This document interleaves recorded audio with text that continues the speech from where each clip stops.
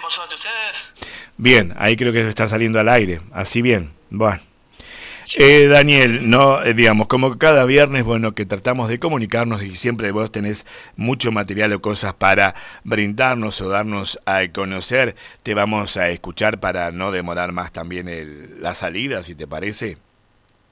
Sí, claro.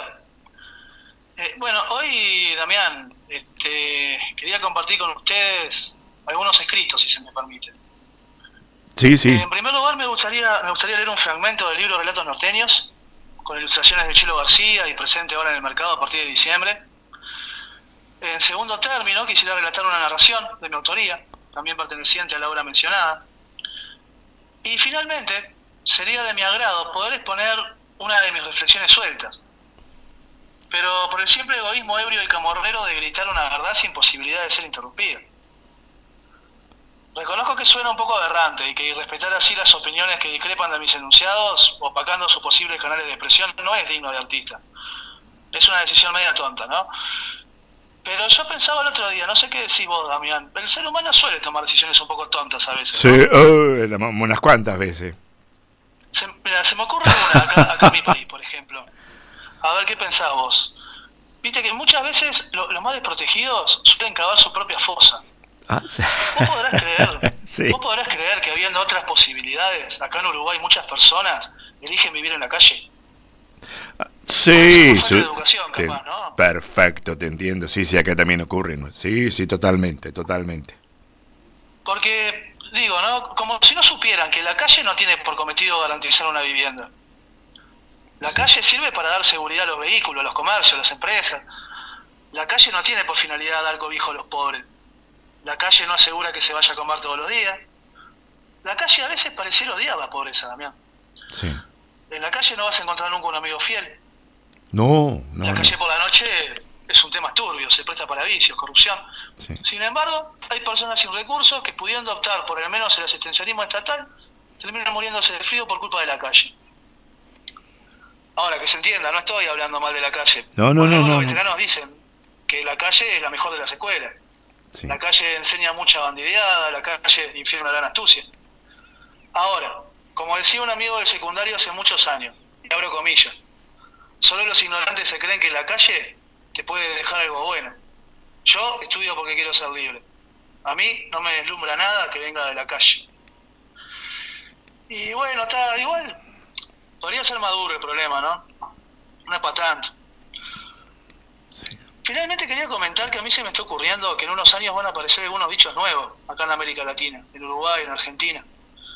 Que a ver qué te parece a vos. A mí se me ocurre que puede pasar esto. Que la Tranquilamente. gente empiece a decir, perdido como charrúa en cuarto oscuro.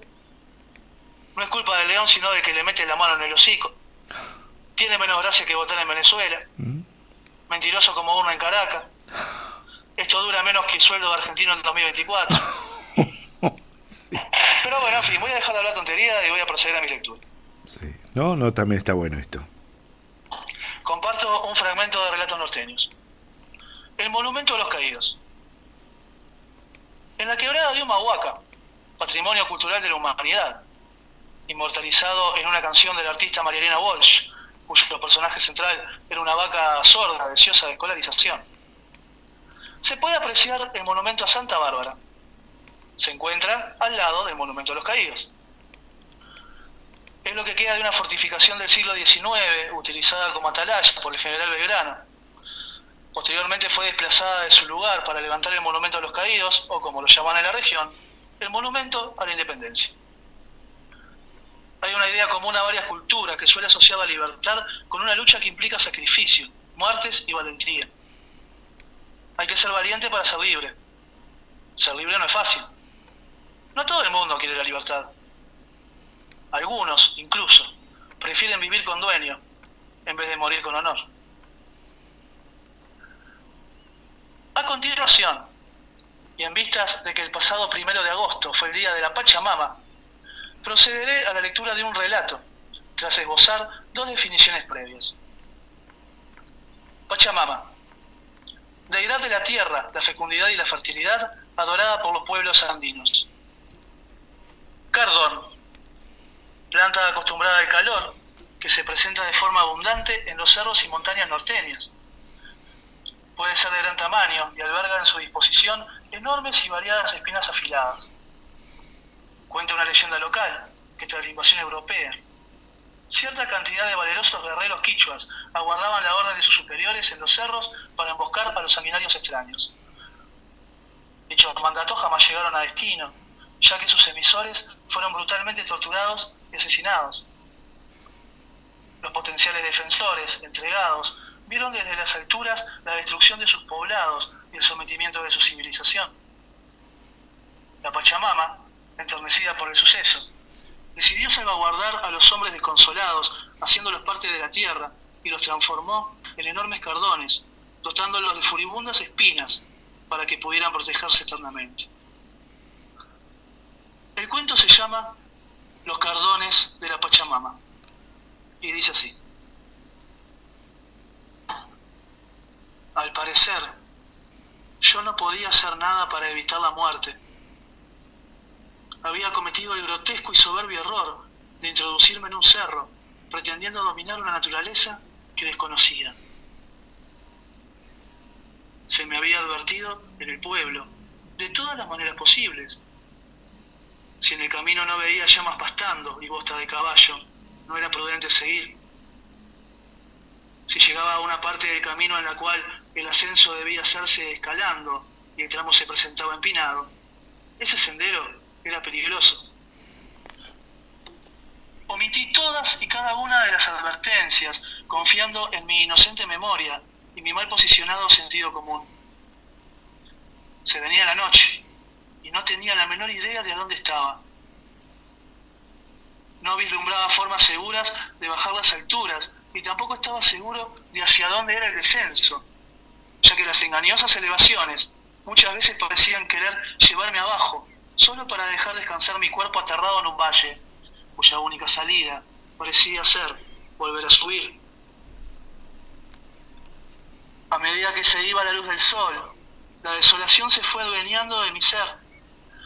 Tampoco era capaz de captar con la vista cuevas u otros accidentes naturales que se mostraran favorables a mi condición. Y entre el espanto seguro de morir y el cansancio de lo ya recorrido, empecé a escuchar pasos cuadrúpedos de animales que masticaban. También vi horrorosos reptiles cerrando mi paso cada tanto. Dejé reposar mi carne agotada al lado de un enorme cardón espinoso, y sin más consuelo que atribuir mi final a mi propia estupidez, lloré desconsolado, implorando por un milagro que me permitiera recomponer el error cometido. Fue entonces que divisé mi final. Se trataba de un puma hambriento que me quedó mirando con odio mientras se aproximaba delicadamente con sus fauces abiertas, mostrando afilados dientes. Por instinto, me posicioné detrás del enorme cardón, como si este fuera a salvarme la vida.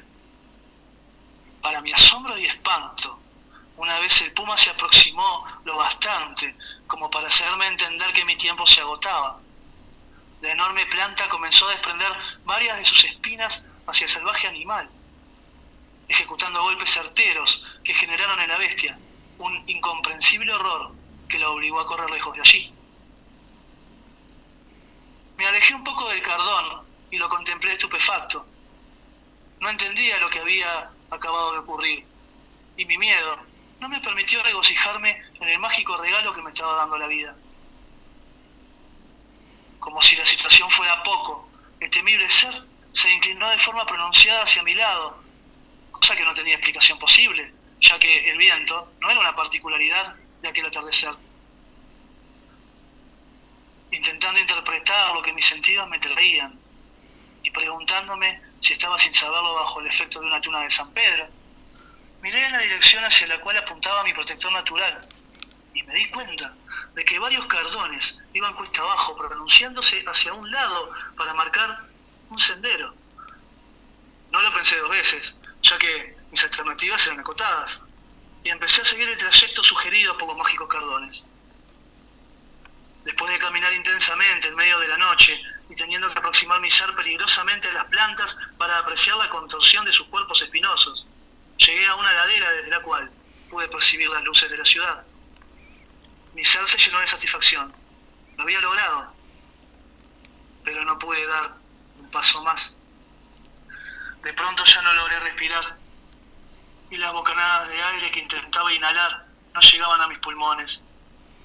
Sentí como si el corazón reventara dentro de mi pecho, y en un último suspiro le pedí por favor a la Madre Tierra que no permitiera escribir así mi final, cuando tan cerca había estado de mi salvación. Tras un rato de inconsciencia, mi pecho dejó de doler y el oxígeno me dejó de faltar, pero yo ya no tenía forma de moverme del lugar en el que quedé estancado. Perdí la cuenta del tiempo que estuve allí inmóvil, y mi único consuelo fue poder maravillarme con el hermoso paisaje montañoso y las distintas magnificencias que me regalaba la tierra. Un día me encontré a un transeúnte perdido en la montaña, tal y como yo lo había estado alguna vez. Él me quedó mirando y yo le devolví la mirada. Tras su semblante de incomprensión, yo me sensibilicé y pretendí ayudarlo, señalando el camino de regreso para que no corriera mi misma suerte. El sujeto, pasmado y aterrado, me observó varias veces, como intentando comprender lo que estaba pasando, y cometió el error de correr espantado en la dirección opuesta a la cual mi cuerpo espinoso pretendió señalarlo.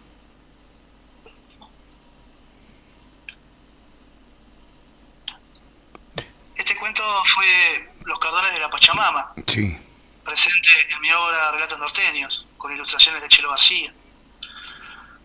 Y finalmente, comparto con vosotros la siguiente reflexión suelta, titulada La máquina de los tiempos.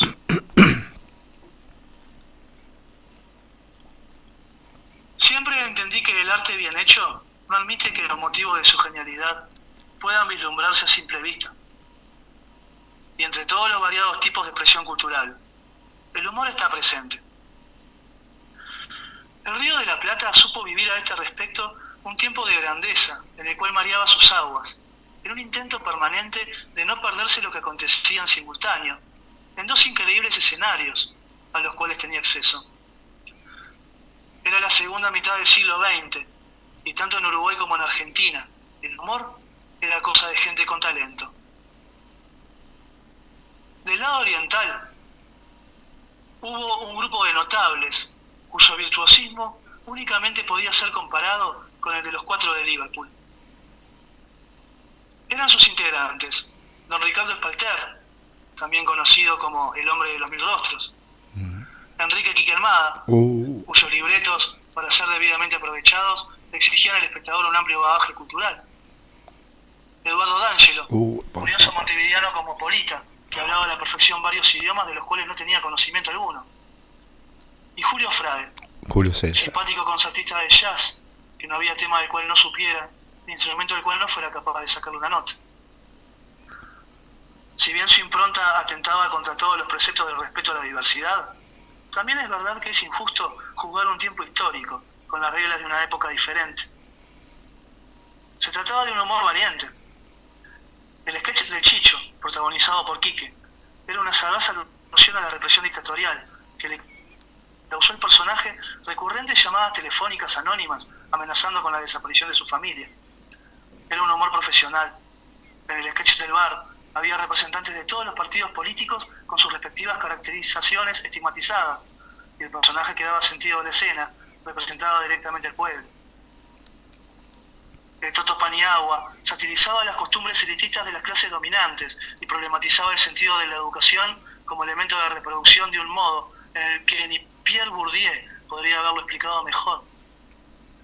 Y Frade hacía melodías a partir de una cuchara de postre y copas de cristal afinadas con agua. Espalter escuchó una vez hablar a un ruso y creó un personaje que daba discursos en ese idioma. Sí. Qué difícil es hablar en ruso, pero aún más dificultoso debe resultar simular a la perfección un ruso que entremezcle jocosos chascarrillos rioplatenses. Sí. Hoy sería un humor prohibido por incontables motivos. No por eso debemos obviar que muchos no podrían reír debido a su imposibilidad de comprender aquello que se está observando. Y es que hay que tener cuidado con los preceptos de diversidad e inclusión. Aquellos que se enriquecieron gracias al tráfico de esclavos fueron los mismos que abolieron la esclavitud cuando tuvieron su revolución industrial y necesitaron hombres libres con salarios para consumir. En Haití, la esclavitud la restableció un negro, porque sin los esclavos no había producción azucarera. En general, el reconocimiento de una minoría está directamente vinculado a la necesidad de habilitar nuevos consumidores. En un mundo ideal, nadie debería estar a la defensiva por tener una orientación sexual o un color de piel. En un mundo ideal, los seres humanos nacen y mueren, y en el medio, viven. Propongo por mi parte una reforma legal, que asegure en los concursos para ocupar cargos públicos un porcentaje de plazas para personas en situación de calle, sin importar su color de piel. Otra plaza para los gurises que egresan de los centros de 24 horas del INAU, con las manos atadas a la espalda, sin fijarse en su orientación sexual. Una legislación laboral que obligue a las patronales a contratar exconvictos, que solo puedan ser despedidos si cometen una infracción o incumplen con sus obligaciones, como si fueran seres humanos con derecho a reinsertarse en la sociedad. Propongo que recaigan severas acciones legales sobre los políticos que le roban al pueblo, independientemente de su orientación político-partidaria. Propongo que nunca más un gay se sienta obligado a definirse por su orientación sexual en vez de presentarse con su nombre. Propongo una humanidad donde podamos reírnos de nosotros mismos, sin sentirnos discriminados. Propongo revivir la comedia de los Cuatro Notables. Propongo un mundo respetuoso, donde la gente configure verdades a partir del debate acalorado, en vez de un universo hipócrita, donde todas las opiniones son válidas y la estupidez se justifica. Hoy hay almas obligadas a vivir a la defensiva, que no encuentran el amor por su necesidad de desconfiar del mundo. Hoy hay convencidos de que tienen derecho a lastimar porque fueron heridos. Hoy hay seres humanos cuya capacidad de aprender ha sido anulada, porque cuando se les recalca un error, entienden que han sido discriminados por sus decisiones. No quiero que me pregunten si me percibo blanco o asiático. Quiero ser yo, en mi condición de ser humano. No quiero cuidar permanentemente mis palabras. Pretendo ofender sin culpa a quienes lo merecen debido a su accionar. Quiero combatir con seres humanos sin ver sus credenciales. Quiero unas citas ciegas con aquellos que usan defenestrarme. Yo quiero que me discriminen y me diferencien del resto por lo que digo, por lo que hago y por lo que soy. No quiero que me digan que todos somos iguales en derechos. Es una ofensa para aquellos que no comen todos los días. Y también para aquellos que se vieron estúpidamente obligados a demostrar que existían por portar características pertenecientes a minorías excluidas. Yo quiero que los trabajadores luchen por incrementar sus derechos y no que festejen cuando recortan los de otros. Quiero un mundo donde la gente no se vista con las pieles de sus padres o el origen de sus partidos. Quiero un mundo donde los partidos políticos no se atrevan a utilizar las nomenclaturas de sus antecesores. Quiero que dejen en paz a Valle y a Perón. Quiero que dejen en paz a Almada, a Espaltera, a D'Angelo y a Frade. Quiero que dejen en paz a Allende y a Macandal. Ellos no tienen la culpa de haberse hecho cargo de sus luchas. Ellos no tienen la culpa de nuestra envidia. Ellos no tienen la culpa de que la sumisión y la ignorancia sean una opción válida. Ellos no tienen la culpa de que el sistema necesite cada vez más consumidores y menos seres humanos. Ellos no tienen la culpa de que nuestra comedia pueda ser entendida por cualquiera.